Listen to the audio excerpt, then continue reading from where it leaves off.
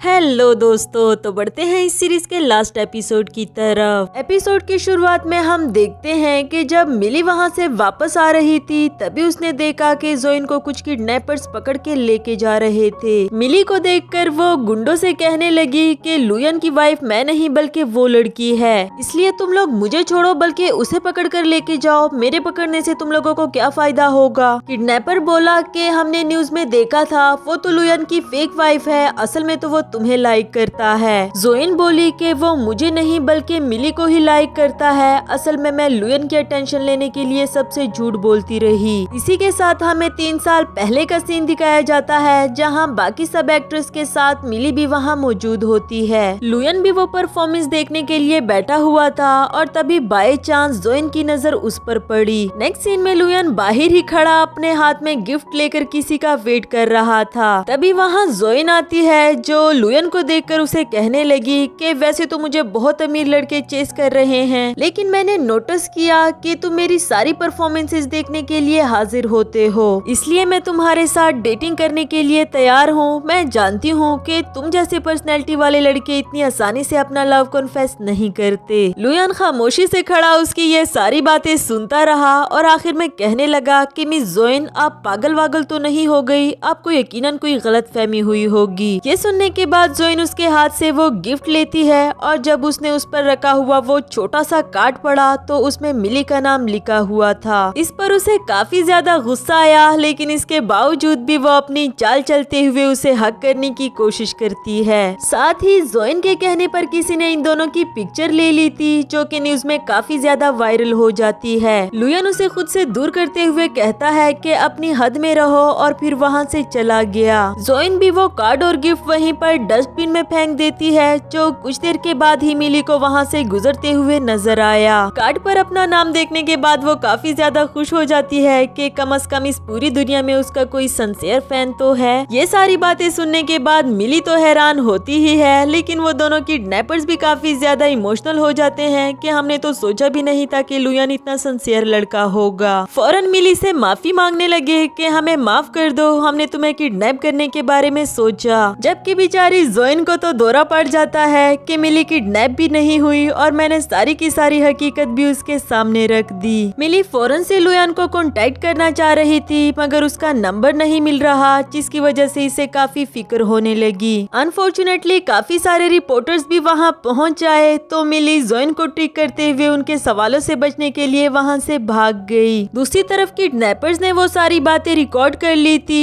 जो कि जोइन ने बोली कि मैंने किस तरह लुयन की अटेंशन लेने के लिए झूठ बोला। वो मीडिया को भी वो रिकॉर्डेड बातें सुनवा देता है, जिससे जोइन की असलियत तो सबके सामने आ गई। उधर मिली उस थिएटर में पहुंच जाती है जहां लुयन ने जाने के लिए कहा था, मगर वो कॉल रिसीव नहीं कर रहा। इसकी वजह से मिली काफी ज्यादा परेशान थी। नेक्स्ट सीन में लुयन को दिखाया जाता है जो उस थिएटर में स्टेज को बहुत गौर से देख रहा था, क्योंकि इससे उसकी काफी सारी यादें जुड़ी थी। ये वही थिएटर है जहाँ वो मिली को देखने के लिए आता था, मगर मिली को इस बात की खबर कभी भी नहीं हुई। फ्लैशबैक के सीन से हमें दिखाया गया कि मिली उसे गाइडेंस दिया करती थी कि आपको क्या खाना चाहिए और क्या चीज आपकी सेहत के लिए नुकसानदेह हो सकती है। लुयन को भी उसकी ये बातें काफी अच्छी लगती थी, इसलिए वो रोज रोज इस रेस्टोरेंट इसलिए आया करता था ताकि वो मिली को अपने सामने देख सके। फिर जब वो काम में काफी ज्यादा बिजी होता है तो मिली ने उसके लिए एक नोट रखा कि चाहे आप जितना भी बिजी हो मगर आपको अपना खाना टाइम पर खाना चाहिए। इस नोट को पढ़ने के बाद लुयन फौरन से अपना लैपटॉप बंद करके खाना शुरू कर देता है और ये करते हुए उसे मिली ने भी देख लिया था। खैर इसी तरह ही वक्त गुजरता गया। लुयन मिली को लाइक करता था पर कभी भी उसे ये एहसास होने नहीं दिया।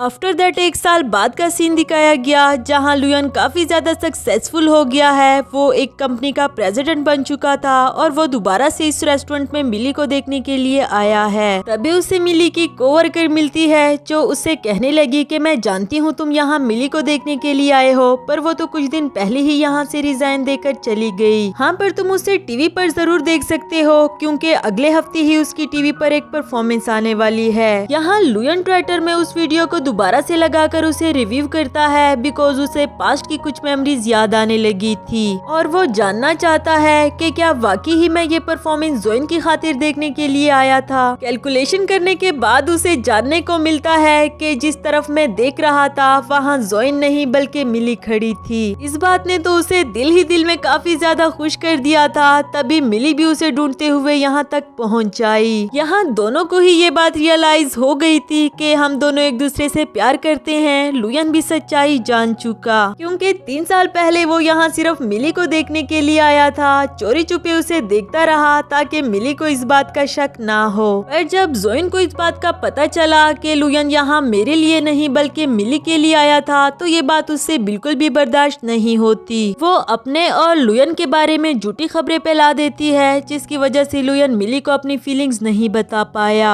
आफ्टर दैट मिली की लाइफ में वो सब कुछ होता है जो कि नहीं होना चाहिए था। फेमस होने के लिए उसे ऊपर से कूदना पड़ा, सिर्फ और सिर्फ इसलिए ताकि वो अपनी सिस्टर जिन का इलाज करवा सके। लुयन ने भी मिली से रिलेटेड हर एक न्यूज पर खबर रखी हुई थी ताकि वो उसे प्रोटेक्ट कर सके। नेक्स्ट सीन में वो दादी को बताता है कि आपको वो रेस्टोरेंट वाली लड़की याद है जिसके बारे में मैंने बताया था कि मैं उसे लाइक करता हूँ। मैंने फैसला किया है उससे शादी करने का। दादी बोली कि हाँ, वो तुम्हारा फर्स्ट लव, बस जल्दी जल्दी से शादी करो और मुझे छोटी छोटी से बेबीज ला कर दो। अगले सीन में हम इन दोनों की शादी देखते हैं, जहाँ मिली को तो लग रहा था कि ये सब कुछ सिर्फ दादी के लिए किया जा रहा है, जबकि लुयन उससे शादी करके उसे अपने पास रखना चाहता था। आफ्टर दैट लुयन मिली को नॉवल पढ़ते हुए देखता है, जिससे तो ऐसे लग रहा था कि ये नॉवल उसे काफी ज्यादा पसंद हो। लेकिन वो मिली के सामने कोल्ड हार्टेड बॉस होने की एक्टिंग करता है, जबकि वो हमेशा यही चाहता था कि मिली हमेशा हंसती मुस्कुराती रहे। खाना खाते हुए लुयन पीनट खा लेता है, जिससे उसको एलर्जी थी और उसका रिएक्शन होने लगा। मिली कहने लगी कि तुमने मुझे पहले क्यों नहीं बताया कि तुम्हें पीनट से एलर्जी है। वो काफी ज्यादा परेशान हो जाती है, फौरन से हॉस्पिटल कॉल कर लिया। लुयन को उसका अपने लिए इतना परेशान होना काफी अच्छा लगता है और इस तरह उसका मिली के लिए प्यार और भी ज्यादा बढ़ता गया।